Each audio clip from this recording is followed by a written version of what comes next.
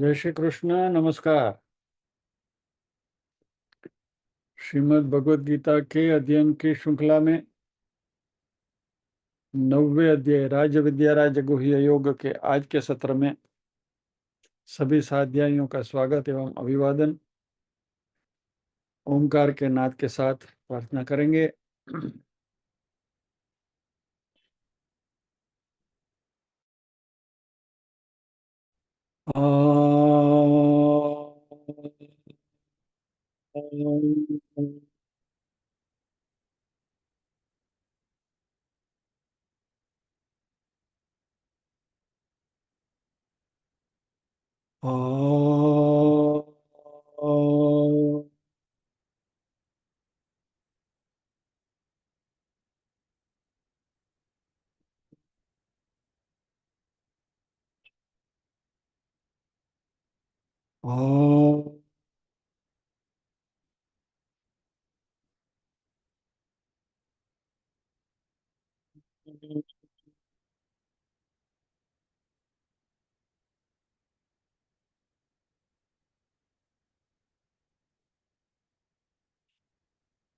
वक्रतुंड महाकाय सूर्यकोटि समप्रभ निर्विघ्नं कुरु मे देव सर्वकार्येषु सर्वदा।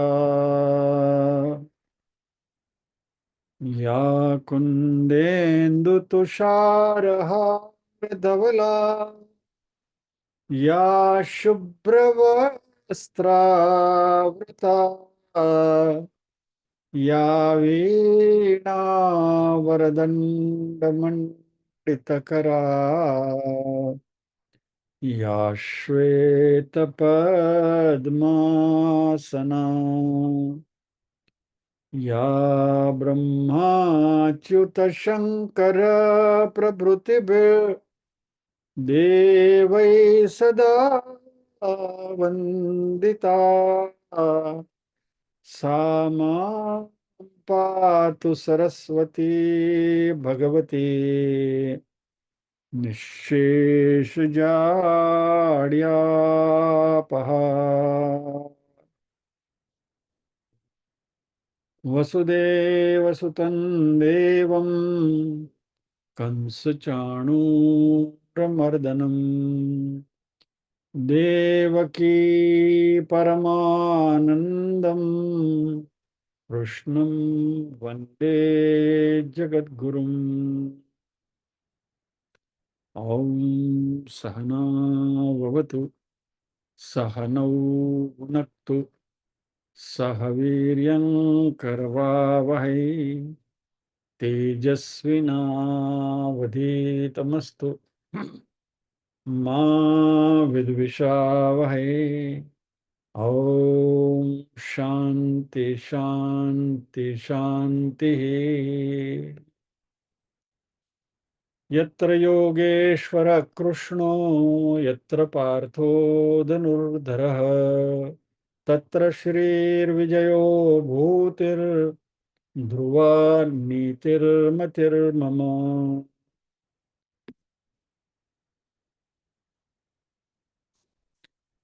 નીરુબેનને અનુરોધ કરીએ પારાયણ કરવાનું। નીરુબેન 26 શ્લોક છે। ના વાંધો નહીં। વાંધો બસ તો આવી જા મેદાનમાં। ओम श्री परमात्मने नमः। अथ नवमोऽध्यायः। श्री भगवानुवाच इदं तु ते गुह्यतमं प्रवक्ष्याम्यनसूयवे ज्ञानं विज्ञानसहितं यज्ञात्वा मोक्ष्यसे शुभात्। राजविद्या राजगुह्यं पवित्रमिदमुत्तमम् प्रत्यक्षावगमं धर्म्यं सुसुखं कर्तुमव्ययम्। अश्रद्धदानः पुरुषा धर्मस्यास्य परन्तप। अप्राप्य मां निवर्तन्ते मृत्युसंसारवर्त्मनि मया ततमिदं सर्वं जगदव्यक्तमूर्तिना मत्स्थानि सर्वभूतानि न चाहं तेष्वस्थितः न च मत्स्थानि भूतानि न च मत्स्थानि भूतानि पश्य मे योगमैश्वरम् भूतभृन्न च भूतस्थो ममात्मा भूतभावनः यथाकाशस्थितो नित्यं वायुः सर्वत्र गो महान् तथा सर्वाणि भूतानि मत्स्थानीति उपधारय सर्वभूतानि कौन्तेय प्रकृतिं यान्ति मामिकाम् कल्पक्षये पुनस्तानि कल्पादौ विसृजाम्यहम् प्रकृतिं स्वामवष्टभ्य विसृजामि पुनः पुनः भूतग्राममिमं कृत्स्नमवशं प्रकृतेर्वशात् न च मां तानि कर्माणि निबध्नन्ति धनञ्जय उदासीनवदासीन मत्सक्तं तेषु कर्मसु मया त्यक्तेन प्रकृतिः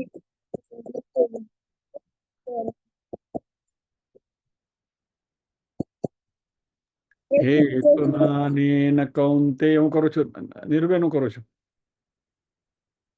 हेतुनानेन कौन्तेय जगत् विपरिवर्तते अवजानन्ति मां मूढा मानुषीं तनुमाश्रितं परं भावमजानन्तो मम भूतमहेश्वरम् मोघाशा मोघकर्माणो मोघज्ञानाविचेतसः राक्षसीमासुरीं चैव प्रकृतिं मोहिनीं श्रिताः महात्मानस्तु मां पार्थ देवीं प्रकृतिमाश्रिताः भजन्त्यनन्यमनसो ज्ञात्वा भूतादिमव्ययं सततं कीर्तयन्तो मां यतन्तश्च दृढव्रताः नमस्यन्तश्च मां भक्त्या नित्ययुक्ता उपासते ज्ञानयज्ञेन चाप्यन्ये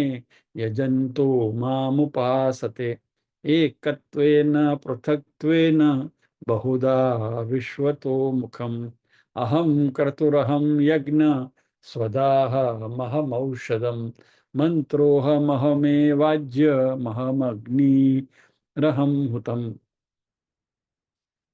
पिताहमस्य जगतो माता धाता पितामहः वेद्यं पवित्रमोङ्कार रुक्साम यजुरेव च गतिर्भर्ता प्रभु साक्षी निवासः शरणं सुहृत् प्रभव प्रलयस्थानं निदानं बीजमव्ययं तपाम्यहमहं वर्षं निगृह्णां मृत्सुजामि च अमृतं चैव मृत्युश्च सदसच्चाहमर्जुन त्रैविद्या मां सोमपापूतपापा यज्ञैरिष्ट्वा स्वर्गतिं प्रार्थयन्ते ते पुण्यमासाद्य सुरेन्द्रलोक मश्नन्ति दिव्यान् दिवि देव भोगान् ते तं भुक्त्वा स्वर्गलोकं विशालं क्षीणे पुण्ये मर्त्यलोकं विशन्ति एवं त्रयी धर्ममनुप्रपन्ना गतागतं कामकामा लभन्ते अनन्याश्चिन्तयन्तो मां ये जना पर्युपासते तेषां नित्याभियुक्तानां योगक्षेमं वहाम्यहम् येऽप्यन्यदेवता भक्ता यजन्ते श्रद्धयान्विताः तेऽपि मामेव कौन्तेय यजन्त्य विधिपूर्वकम् अहं हि सर्वयज्ञानां भोक्ता च प्रभुरेव च न तु मामभिजानन्ति तत्त्वेनात्यश्चवन्ति ते। यान्ति देववृता देवान् पितॄन् यान्ति पितृव्रताः भूतानि यान्ति भूतेज्य यान्ति मद्याजिनोऽपि माम्। पत्रं पुष्पं फलं तोयं यो मे भक्त्या प्रयच्छति तदहं भक्त्युपहृतम् अश्नामि प्रयतात्मनः। पत्रं पुष्पं फलं तोयं यो मे भक्त्या प्रयच्छति तद अहम भक्ति उपहृतम् अश्नामि प्रयतात्मनः।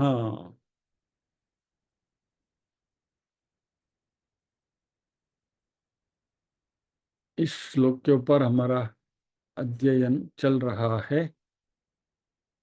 आज इसके बारे में और कुछ विचार करेंगे।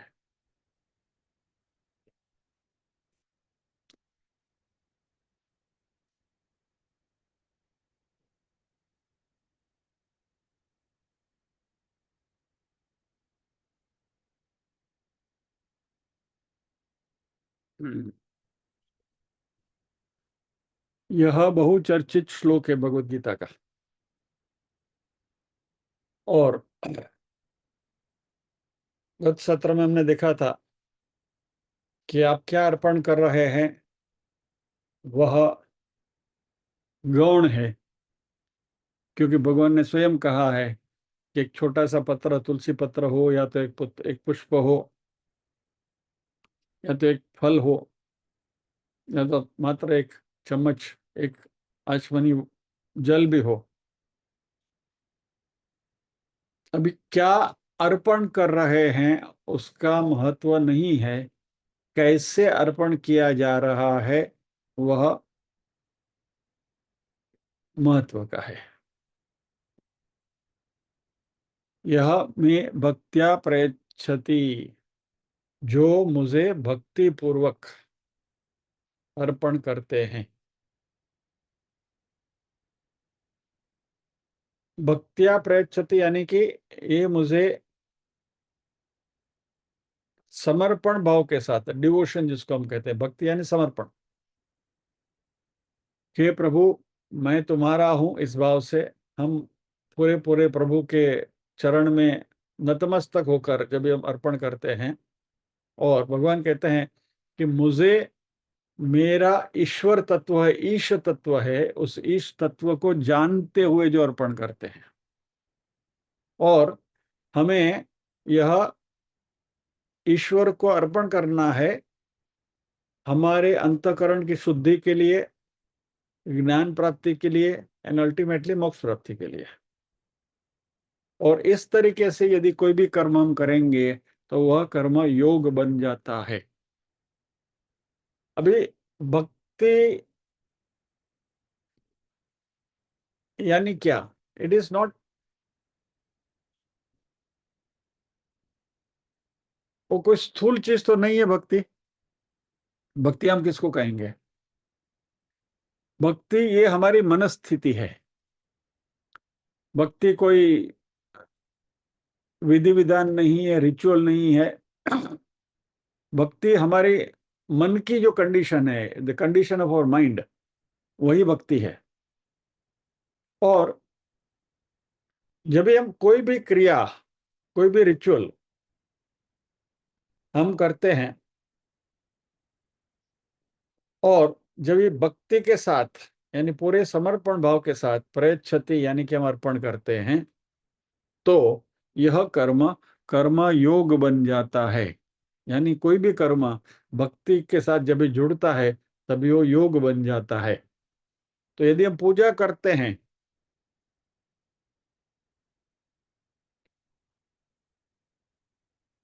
मान लीजिए कीर्तन करते हैं,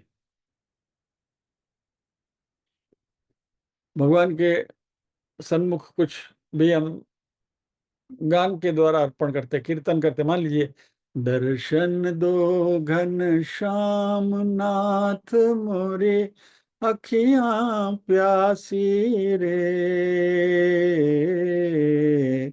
दर्शन दो घनश्याम। ये पूरा भजन नहीं गाऊंगा, खाली झलक दिखाई आपको।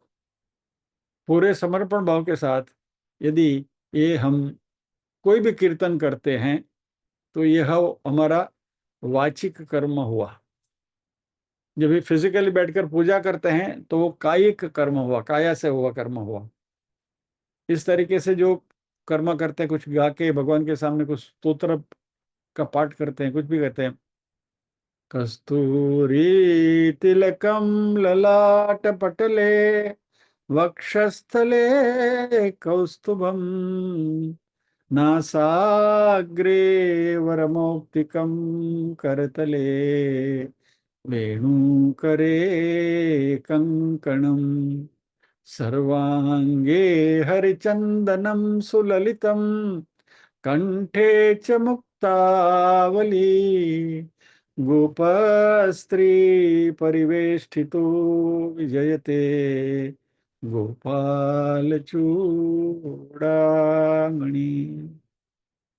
तो ये गाने की जो क्रिया हुई, स्तोत्र पाठ करने की जो क्रिया हुई, इसमें जब ये भक्ति सम्मिलित होती है, डिवोशन आता है, संपूर्ण शरणागति का भाव आता है, समर्पण का भाव आता है, तो ये वाचिक कर्म बन जाता है।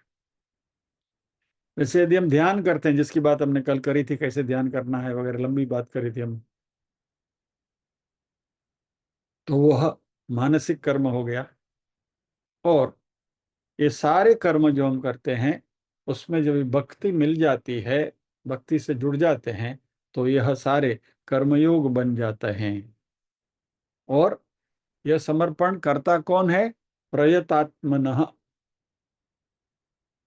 ऐसा व्यक्ति जो सही एफर्ट्स के साथ, सही प्रयत्नों के साथ, यानी जिसका मन शुद्ध है, भक्तिमय है, समर्पण भाव के साथ है, और हमारे हृदय के सच्चे भाव को वो प्रदर्शित करता है।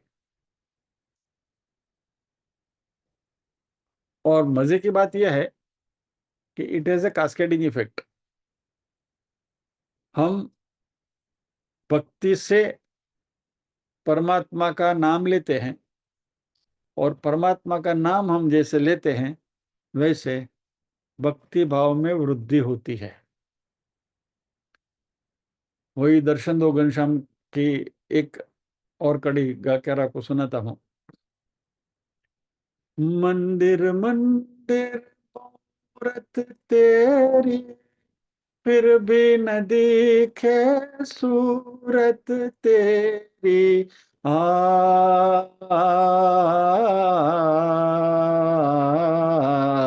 आ,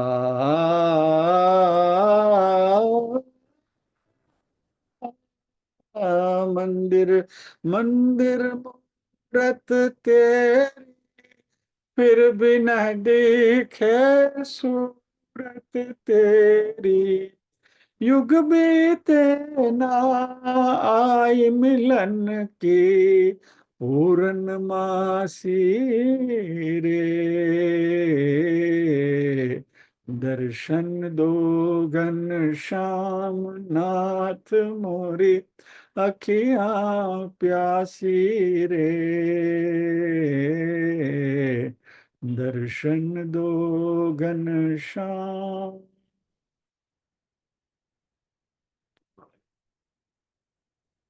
इट मल्टीप्लाइज।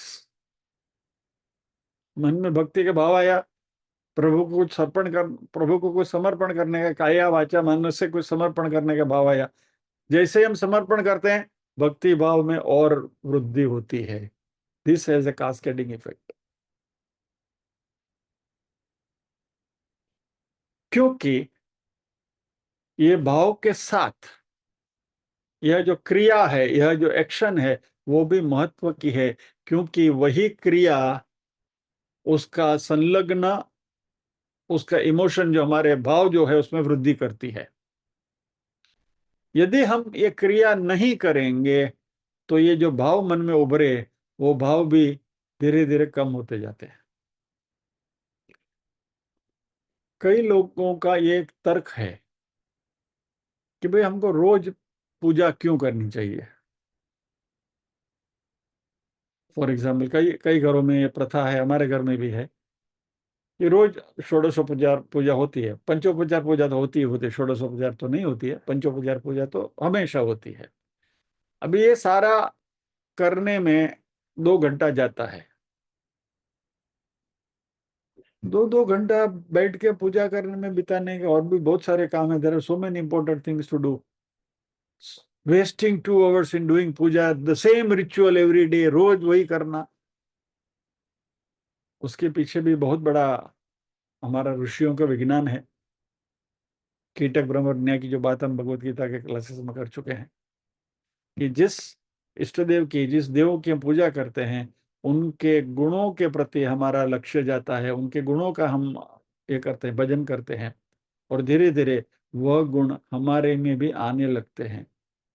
तो हमारे शास्त्रों ने, हमारे ऋषियों ने हमें जो मंत्र पूजा करने का विधि विधान दिया है, उसके पीछे भी कुछ अर्थ है।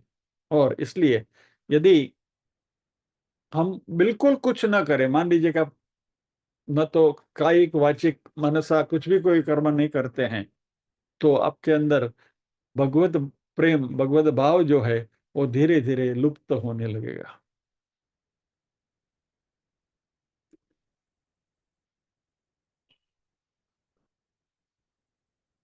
तो कुछ हमारी जो क्रियाएं हैं वह हमारे कुछ भावों को प्रकट करती हैं, और ये विधि और ये भाव दोनों महत्व के हैं।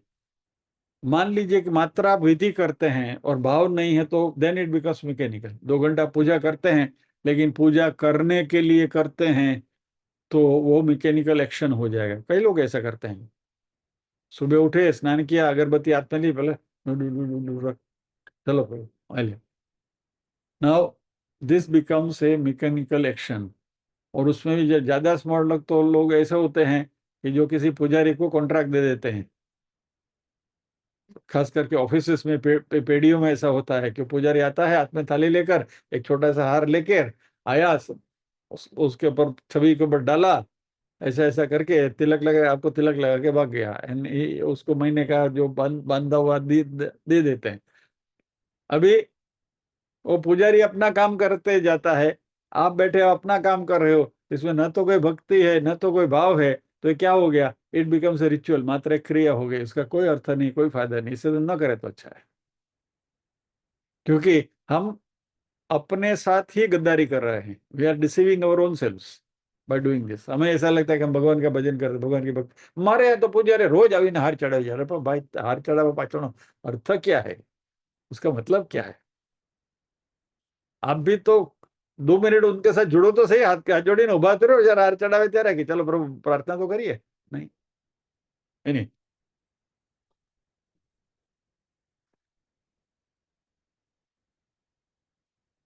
लेकिन मन में यदि भक्ति भाव है तो एक क्रियाएं भी गौण हो जाती हैं। फिर ये भाव प्रकट करने के लिए ऐसी कोई स्थूल क्रिया की जरूरत नहीं है।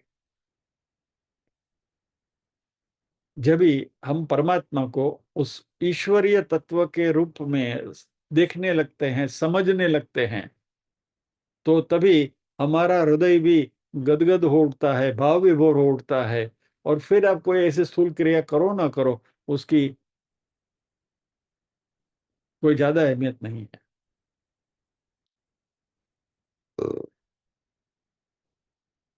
महत्व की चीज यह है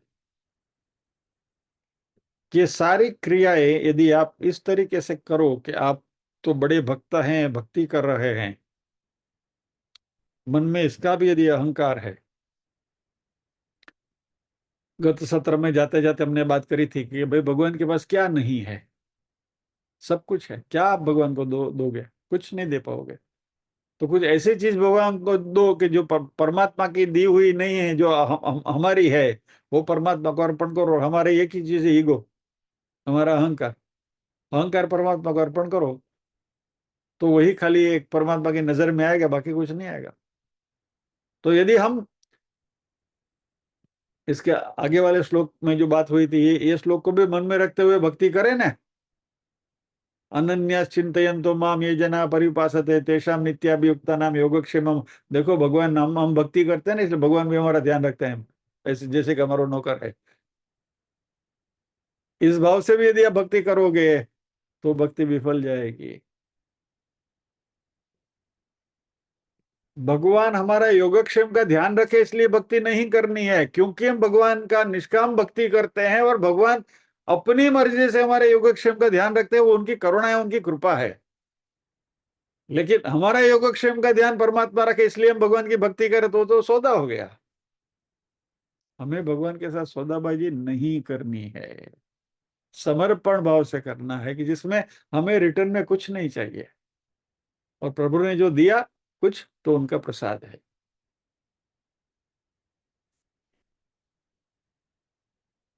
तो यह जो भक्ति है,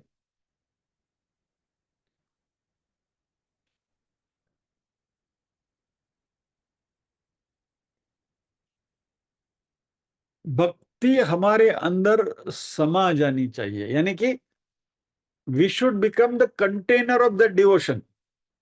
सादी भाषा में कहें तो ये जो मटका है, ये मटका पूरा भक्ति भाव से भरा हुआ रहना चाहिए। चलो चल। और इस घड़े के अंदर इसको हमें भक्ति भाव से उसको भर के रखना है। तो उसके अंदर अहंकार रूपी जो कूड़ा है, वो कूड़े को पहले बाहर फेंक के इस घड़े को खाली करना पड़ेगा, और फिर इस तरीके से जो रिक्त हुआ जो घड़ा है उसको फिर भक्ति से भरेंगे, और फिर हम परमात्मा का यजन करेंगे, तो वह परमात्मा को स्वीकार्य है।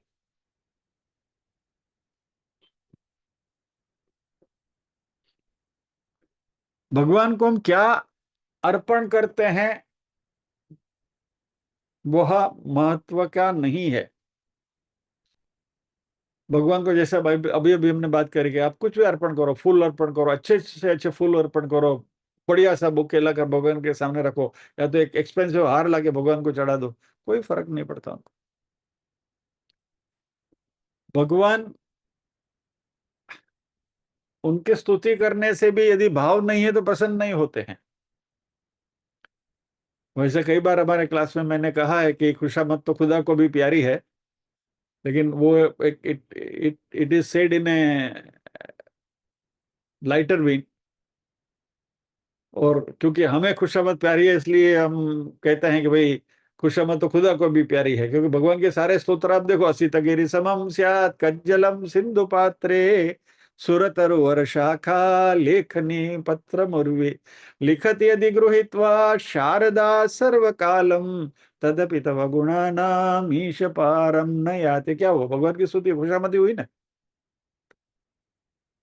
लेकिन इसमें यदि भाव नहीं है, तो यही श्लोक में अभी बोल गया बराबर, अभी इसमें थोड़ा भाव डाल के बोले, असित गिरि समम स्यात् कज्जलम सिंधु पात्रे सुरतरुवर शाखा लेखनी पत्र मुर्वे लिखति यदि गृहीत्वा शारदा सर्वकालम तदपि तव गुणानामीश पारन्न याति।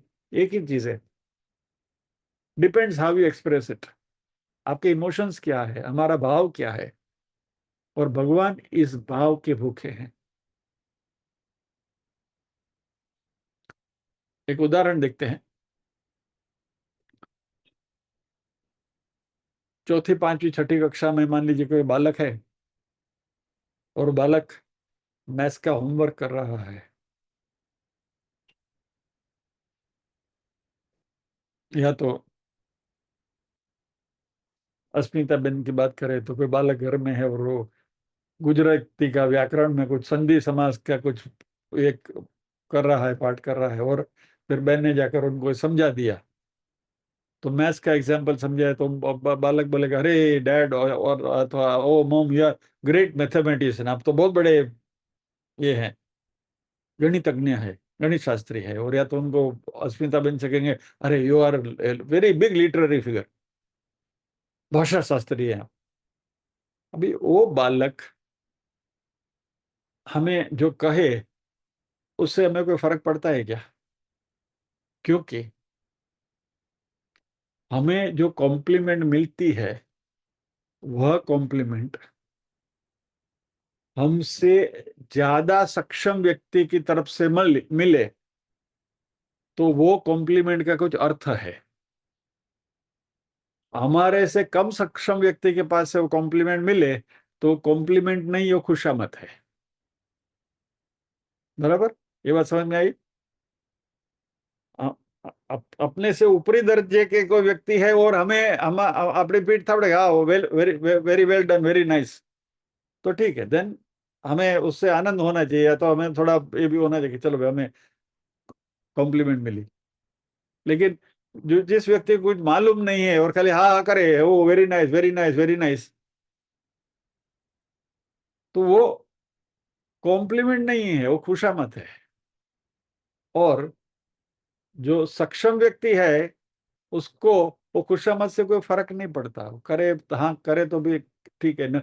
और यदि यदि हम खुशामद से खुश होते हैं तो फिर सोचने की बात है। मैं आगे नहीं कहूंगा कुछ उससे। So let us not be so cheap rather that we get flattened by the flattery. नहीं, छोड़िए इस बात को, मैं हम भगवान की बात कर रहे हैं अभी।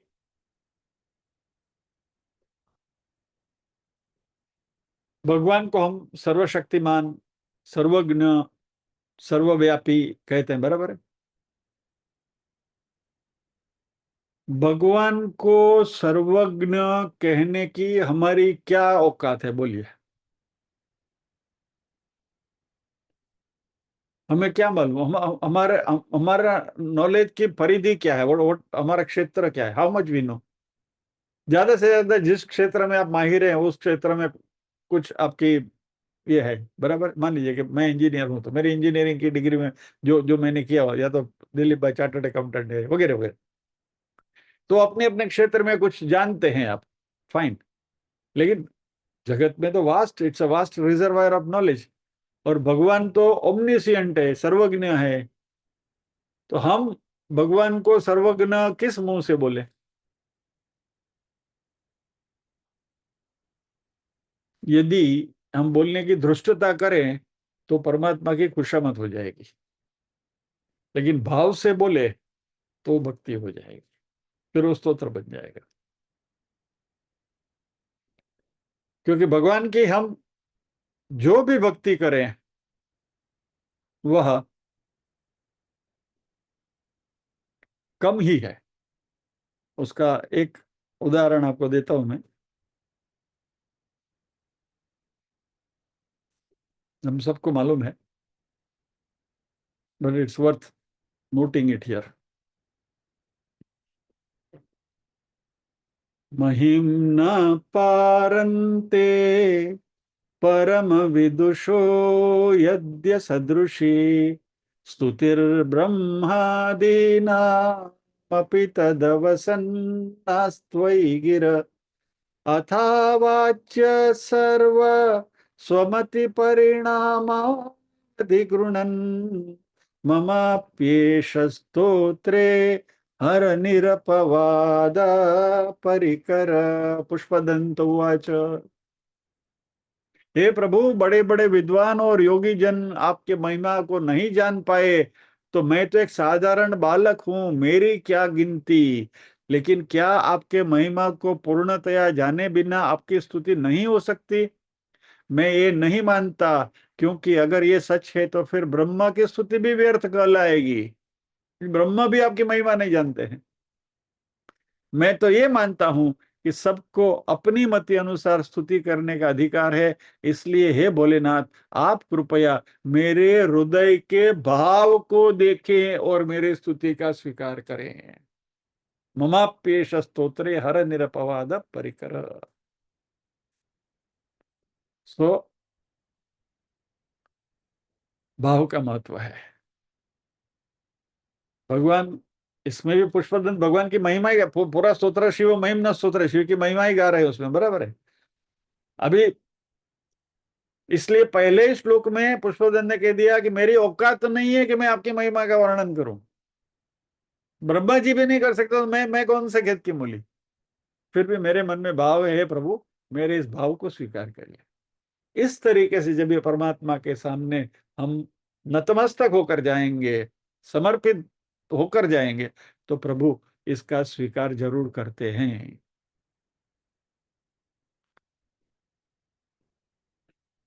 भगवान को यदि आप कुछ अर्पण करो तो भगवान तो लेते नहीं है। कैसे नहीं लेते, वो भी जरा समझ ले।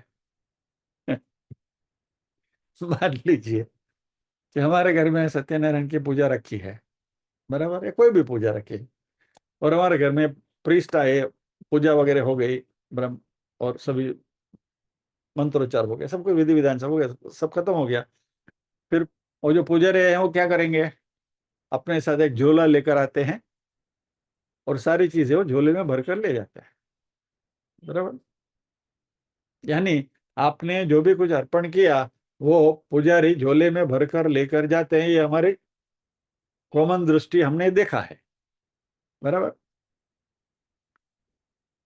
भगवान को आपने अर्पण किया, भगवान कौन से झोले में डालेंगे?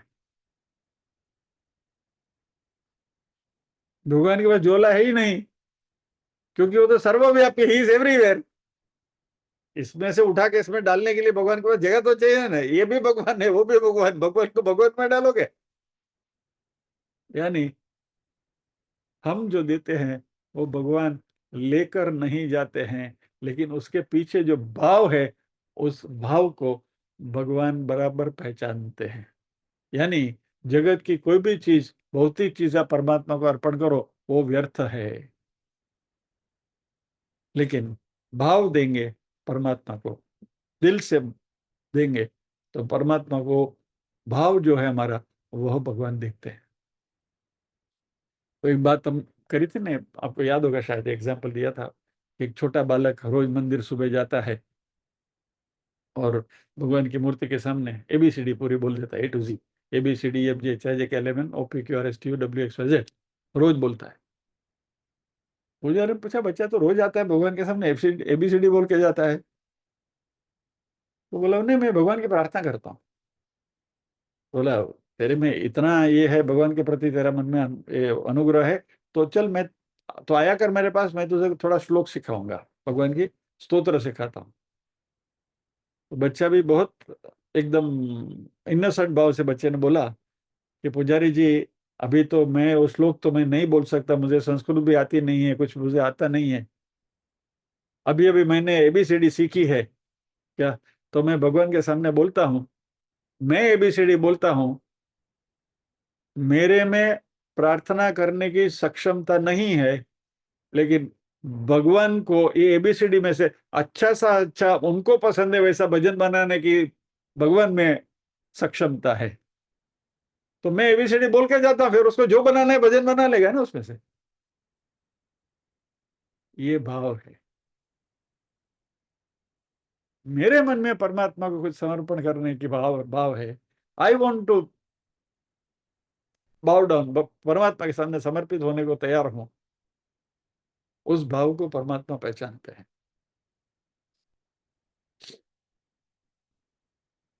कोई ज्यादा तर्कशास्त्री होते हैं ना, बोलते हैं कि हम बोलते परमात्मा इज ओमनी प्रेजेंट, बराबर, सर्वव्यापी है, भगवान सर्वव्यापी है, सभी जगह पर है, तो फिर व्हाई शुड वी प्रे?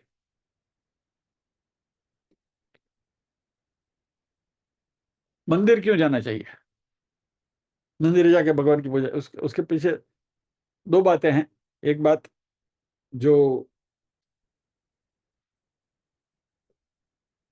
वैज्ञानिक सत्य है, जिसके बारे में तो व्हाट्सएप यूनिवर्सिटी में बहुत कुछ आता रहता है कि मंदिर में एक प्रकार की ऊर्जा होती है, मंदिर का चयन इस तरीके से, उसका जो स्थापत्य है उसका चयन, वो जगह का वास्तु का चयन इस तरीके से किया जाता है, और जिससे उसमें एक एनर्जी आती है आइडल में, मूर्ति में, और जब ये मूर्ति की प्रदक्षिणा हम करते हैं तो ओरा की हमें भी असर होती है वगैरह वगैरह, उसके पीछे बहुत सारे वैज्ञानिक रीजंस भी दिए जाते हैं।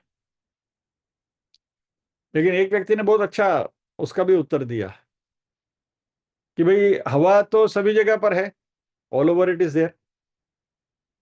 टायर में पंक्चर हुआ तो टायर में से ट्यूब निकाल के हवा हवा हवा हवा बोलो तो अब टायर में हवा भरेगी क्या? नहीं। टायर में हवा भरने के लिए आपको पंक्चर वाले के पास ही जाना पड़ता है कि वहां कंप्रेस्ड एयर है। तो जैसे हवा सर्वव्यापी है, सर्वत्र है, लेकिन टायर में पंचर हुआ था, अब हवा हवा करके टायर को ऐसा करोगे तो अंदर हवा नहीं आएगी। इसी तरह परमात्मा सर्वव्यापी जरूर है, लेकिन वो ऊर्जा पाने के लिए वो पंक्चर की दुकान यानी कि मंदिर में जाना पड़ता है, जहां से हमें कंप्रेस्ड एयर मिलती है, ऊर्जा मिलती है। लेकिन यदि हमने इस बात को अच्छी तरह से जाना, समझा कि परमात्मा सभी जगह पर है, और ये हमारी दृष्टि हो गई परमात्मा को सभी जगह सर्वव्यापी परमात्मा को देखने की, फिर आपको कोई भी प्रेयर करने की जरूरत नहीं है, because now you know he is omni present, सर्वव्यापी है। જ્યાં જ્યાં નજર મારી ઠરે યાદી ભરી છે આપની, બરાબર, કલાપી, जहां भी आप नजर करो परमात्मा ही है, वही विलस रहे। लेकिन जब तक ये बात हमारे मन में दृढ़ीभूत नहीं होती, तब तक ये प्रेयर या तो प्रार्थना या तो ये पूजा जरूरी है, till we get that knowledge. वो ज्ञान हमें आत्मसात न हो तब तक ये सारे विधि विधान जरूरी है, क्योंकि वो ज्ञान होने तक हम द्वैत में हैं, हम अपने आप से परमात्मा को अलग देखते हैं। जिस दिन ये बात हमें पूरी पूरी विदित हो गई, तब बहुत नम्रता के साथ लेकिन समझदारी के साथ हम कहेंगे अहम ब्रह्मास्मि। लेकिन वहां तक जाने के लिए पहले अंदर को खाली करना पड़ेगा।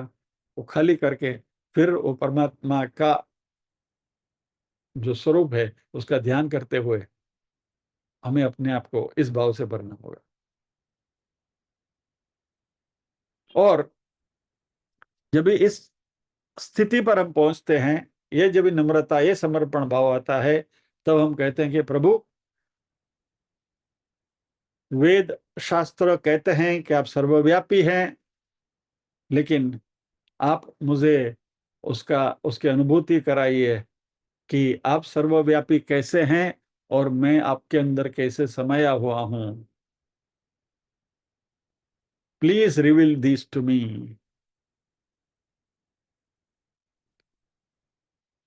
આજે મને ચડી છે હો ભાઈ। નેતિ નેતિ જ્યાં વેદ કહે છે, મારું ચિતડું ત્યાં જાવા ચાહે છે। सारा जग माचे तू वसु तारा माहूं, शक्ति आपो दया करी दर्शन शिव आपो। आपो दृष्टि में तेज अनोखूं, सारी सृष्टि में शिव रूप देखूं। मारा दिल में वसो आवी है ये हसो, शांति स्थापो दया करी दर्शन शिव आपो। हूँ तो एकल पंथी प्रवासी, छता आत्म के उदासी। थाक्यो मथी रे मथी, कारण जड़ तू नथी, समझण आपो दया करी दर्शन शिव आपो। शंभु शरणे पड़ी मांगू घड़ी ये घड़ी, भक्ति आपो दया करी दर्शन शिव आपो। प्रभु आप सर्वव्यापी छो, प्रभु आप सर्वशक्तिमान छो, प्रार्थना करू છું તમને कि તમારા એ સ્વરૂપની મારા હૈયામાં ઝાંખી કરાવો। तो यह जो भक्ति का कृत्य है, उसके पीछे जो हमारा भाव है, वो भाव की अगत्यता है। फिर जब भी हम ज्ञानोपार्जन कर लेते हैं, ज्ञानी बन जाते हैं, फिर ये सारी विधि विधान जो है वो गौण हो जाते हैं। लेकिन तब तक ये सब जरूरी है, क्योंकि ज्ञानी का तो फिर जीवन ही प्रार्थना हो जाता है, समर्पण हो जाता है, भक्ति ही हो जाता है, जैसे नरसिंह मेहता मीरा का हो गया था। लेकिन जो ज्ञानी नहीं है,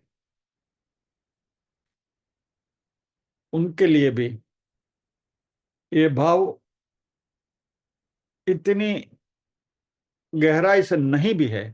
फिर भी यदि इसे करते रहें, इस तरीके से कोई भी क्रिया कायिक मानसिक वाचिक करते रहें, तो यह भाव धीरे धीरे दृढ़ीभूत होता है। और एक तरीके से देखें तो बिना भाव के भक्ति हो ही नहीं सकती। यानी भक्ति का कोई भी कार्य बिना भाव के हो ही नहीं सकता, क्योंकि भक्ति जो है वह एक स्वयं स्फूरित क्रिया है। अंग्रेजी में कहूं तो it is a voluntary action. आप किसी को भी भक्ति करने को मजबूर नहीं कर सकते। भक्ति स्वयं स्फूरित अपने दिल से ही होती है। आप किसी को बोलो भक्ति करो, डंडा लेके खड़े रहो, भक्ति नहीं कर पाएगा। हम एक कार्य करते हैं, बच्चे जब घर में छोटे होते हैं तभी हम भगवान को कहते हैं, चलो बेटा भगवान से मैं उभारियो, श्लोक तुमने सिखवाड़ा है, बोली जाओ ओम भूर्भुवः स्वः तत्सवितुर्वरेण्यं भर्गो ओम भूर्भुवः स्वः तत्सवितुर्वरेण्यं, छोकरू बोलिए। अच्छा है, संस्कार देने के लिए बात अच्छी है, it is necessary, it is good. लेकिन उसमें भाव, उसमें भक्ति समर्पण का भाव जब तभी आएगा जब ही the child is doing it voluntarily, अपनी मर्जी से करेगा तो। तब तक वह मैकेनिकल प्रोसेस है। लेकिन शुरुआत में वो मैकेनिकल प्रोसेस जरूरी है, क्योंकि वो मैकेनिकल प्रोसेस करते करते उसमें वो भाव आने लगेगा कि मैं क्यों कर रहा हूं। પછી આપણે કે જે બાપા છે આપણું ધ્યાન રાખે છે, ધીરે ધીરે वो समझ डेवलप होती है।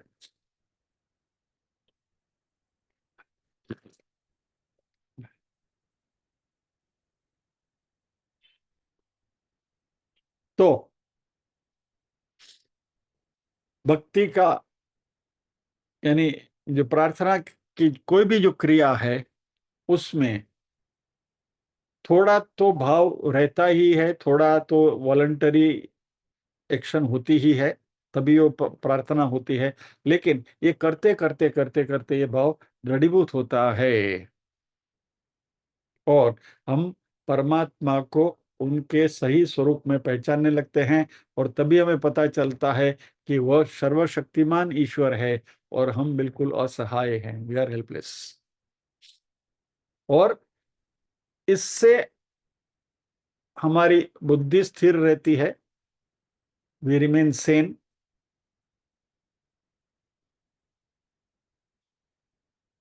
और जो ડાયો વ્યક્તિ એને કહેવાય, સેન पर्सन इज वन, कि जो अपनी मर्यादा को समझता है और अपनी मर्यादा को समझते हुए और अपनी असहायता को समझते हुए परमात्मा को सर्वशक्तिमान जब भी हम समझते हैं, उनको इस तरीके से भगवान का मूल्यांकन हम करते हैं, तभी ये भक्ति का भाव हमारे मन में दृढ़ीभूत होता है। और फिर धीरे धीरे हमारा पूरा जीवन है वो प्रार्थना ही बन जाता है।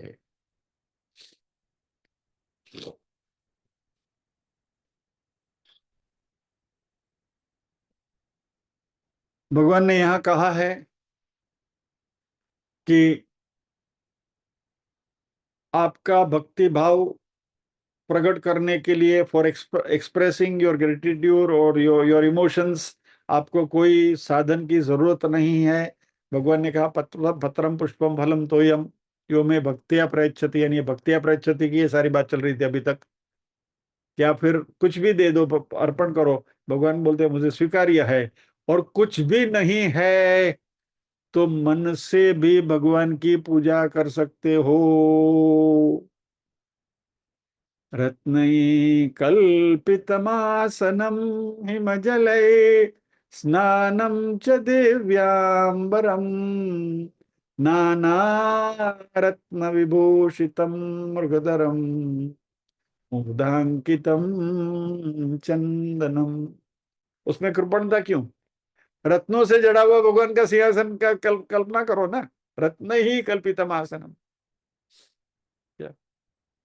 फिर तो उसमें कोई कृपणता की कोई जरूरत ही नहीं है। बट ये मानसिक पूजा आप कर सकते हो। यानी भगवान क्या कहता है? भाव।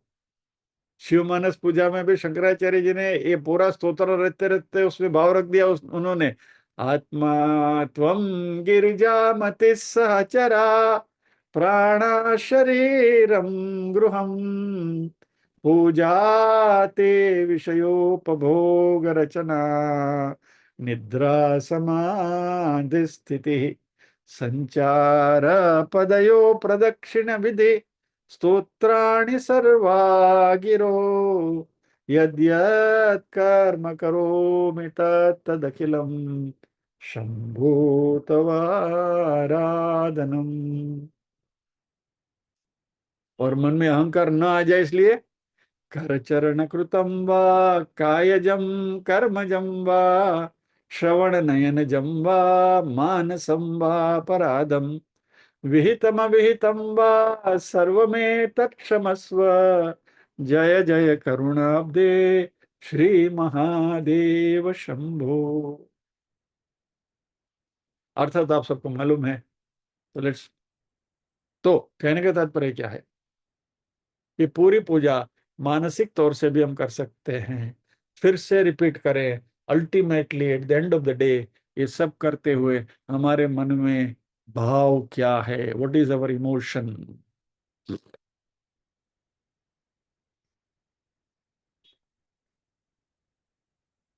और यह भाव संपन्न विधियों का महत्व कलियुग में ज्यादा है।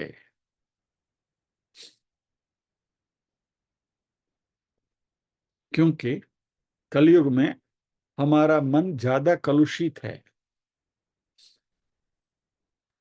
और हम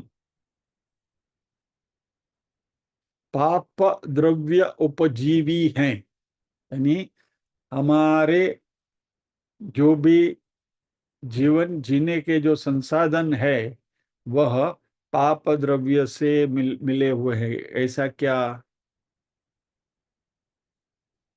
जरा थोड़ा विचार करिए, इसके ऊपर लंबी चर्चा नहीं करनी है, लेकिन एक ही उदाहरण दे दूं आपको कि हम जो भी कुछ पाते हैं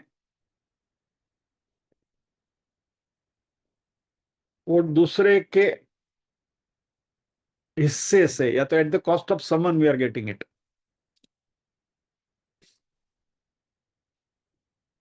मान लीजिए परमात्मा ने तो सबको सरीके बनाए हैं, दो हाथ दो पैर दो कान दो आंख, सब एवरीबॉडी सेम, राइट? अभी दिलीप भाई सामने बैठे हैं बराबर, के चार्टर्ड अकाउंटेंट की फर्म में होते हैं, उनके उनके यहाँ 10 कर्मचारी काम करते हैं। दिलीप भाई को भी वही दो हाथ दो पैर दो कान, मतलब जो जो पूरा संगाड़ा दिया हुआ है वही वो 10 लोगों को भी दिया हुआ है। 10 लोग जो काम करके दिलीप भाई को जो कमा के देते हैं, भगवान के सामने तो दिलीप भाई से मिलकर वो 11 के 11 सभी के सभी शरीके हैं। तो दिलीप भाई को जो कुछ ज्यादा, सॉरी एग्जाम्पल के तौर पे दे रहा हूँ, ये एक उदाहरण देने के लिए कि दिलीप भाई को जो कुछ मिल रहा है वह eight the cost of those 10 people is getting it.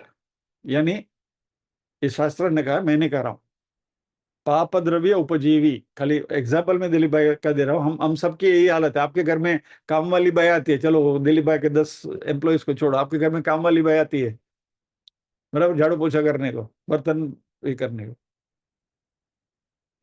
तो वो जो काम करके जाती है आपके यहाँ, आप उसको जो भी पगार देते हैं, बट शी, मनुष्य के तौर पर she is as good as you are.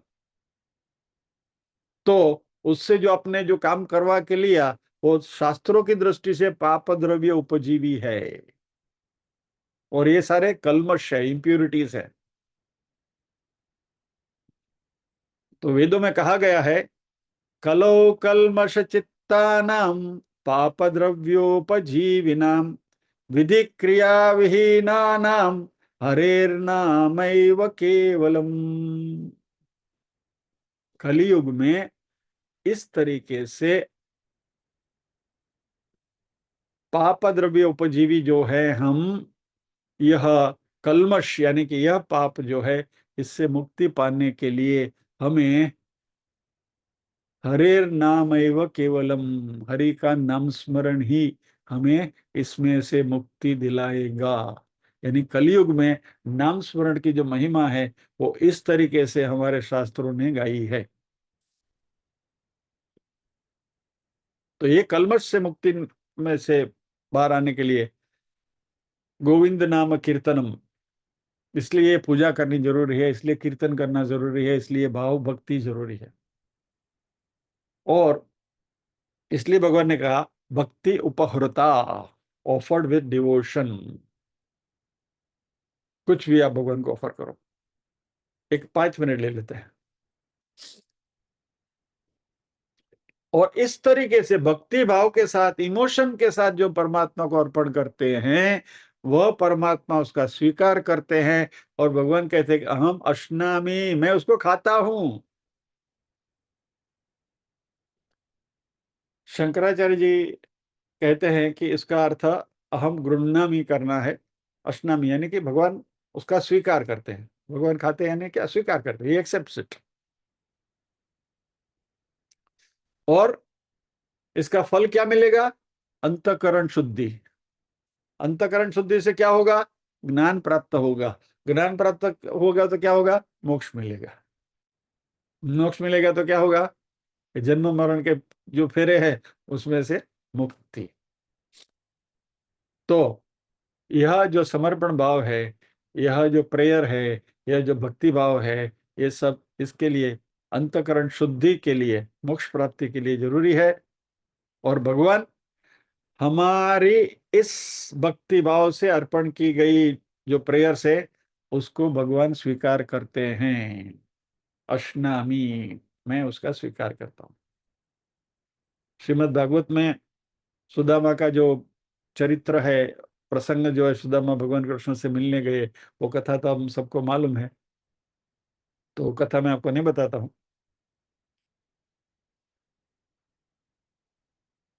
लेकिन भगवान ने तांदुल की एक एक मुट्ठी खाना शुरू किया, तो जब ये तीसरी मुट्ठी पे आए तो रुक्मणी ने हाथ पकड़ा भगवान का कि भाई प्रभु रुको अभी। यदि सारे तांदुल भगवान खा जाते थे तो पूरा विश्व सुदामा को दे देते थे। जब सुदामा वापस गए तो 2 मुट्ठी तांदुल ही भगवान ने खाए थे, लेकिन वहां जब पहुंचे तो तब पता चला कि वहां तो कितना ट्रांसफॉर्मेशन हो गया है। उनकी जो झोपड़ी थी उसका महल हो गया है, उसकी पत्नी और बच्चे थे वो तो एकदम एलिट हो गए हैं, वगैरह वगैरह। ये कभी किसी भागवत सप्ताह में सुन लेना, इसका वर्णन बहुत अच्छा करते हैं कथाकार लोग। या तो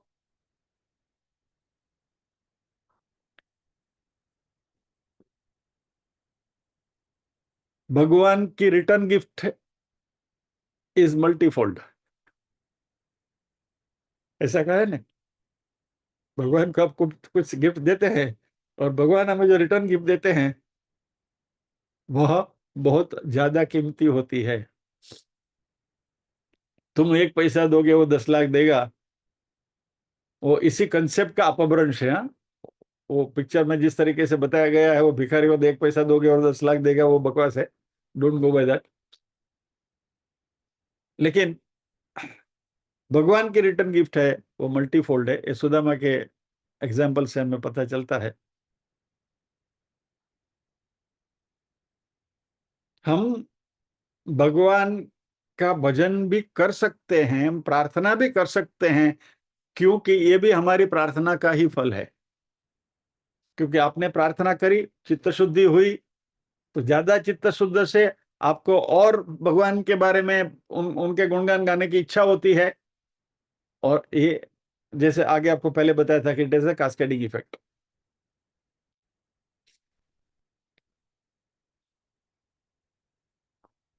क्योंकि मनुष्य थोड़ा टेढ़ा प्राणी है।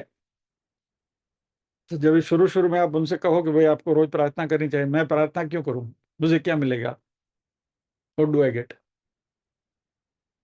तो ऐसे लोगों को ऐसे क्या बोलना पड़ेगा, पहले जरा करके तो देखो भैया क्या।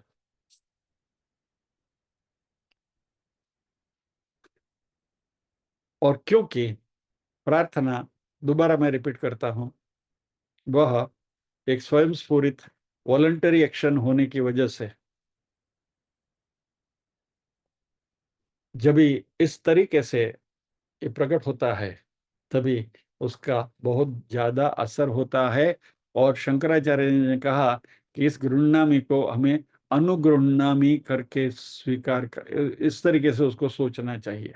यानी द रिजल्ट इज एश्योर्ड। परमात्मा इसको बराबर बराबर देखते हैं। एक नजूबी का एग्जाम्पल मैंने कई बार दिया है कि एक नजूबी एक मस्जिद के बाहर रोज बांग पुकारता था। तो एक मुल्ले को, वो जो मस्जिद का जो मुल्ला है, उसको उसकी मस्करी करने का सूझा। तो मुल्ला बाहर आया, अरे भैया, मैं अभी अभी अल्लाह ताला के पास जाकर आया हूँ, और अल्लाह ने बोला कि तुम जो रोज यहाँ इबादत करते हो वो अल्लाह ने स्वीकार नहीं किया है। तो नजूमी उठकर नाचने लगा। तो मुल्ला बोला, अरे भैया, अल्लाह ताला ने तेरी इबादत को अब ये ने स्वीकार नहीं किया है। तो बोला, स्वीकार नहीं किया तो कुछ नहीं, सुनता तो है।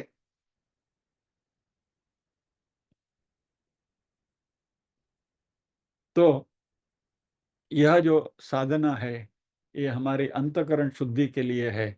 और यह भक्ति जो है, ये हमारे जीवन में it is very very important. क्योंकि इससे ही परमात्मा के प्रति हमारी सद्भावना बनती है, समर्पण का भाव बनता है, और परमात्मा के सामने नतमस्तक होकर हम जाते हैं। और हमारी जो भी मर्यादाएं हैं, वो मर्यादा हमारी समझ में आती हैं। हम कितने हेल्पलेस हैं वो हमें पता चलता है।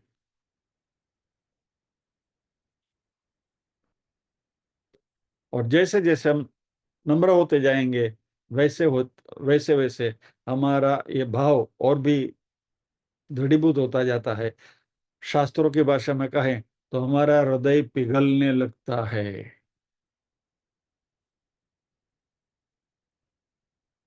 और यह भाव हमेशा हमारे हृदय में बने रहे, इसके लिए हमें प्रयत्नशील रहना है।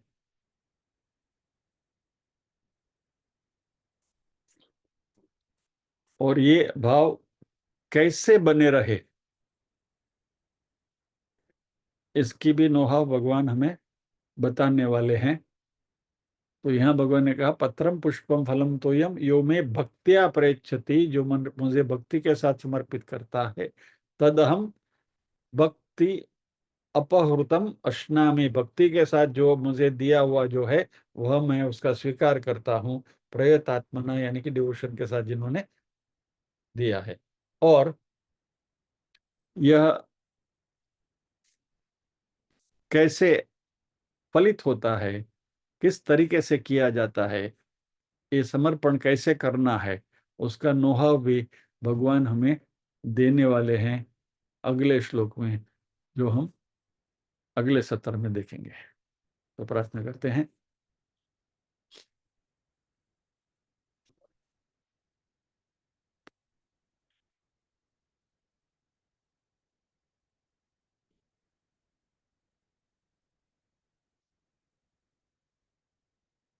ओम असतो मा सद्गमय, तमसो मा ज्योतिर्गमय, मृत्योर्मा अमृतंगमय। सर्वेषां स्वस्तिर्भवतु, सर्वेषां शान्तिर्भवतु, सर्वेषां मङ्गलं भवतु, सर्वेषां पूर्णं भवतु।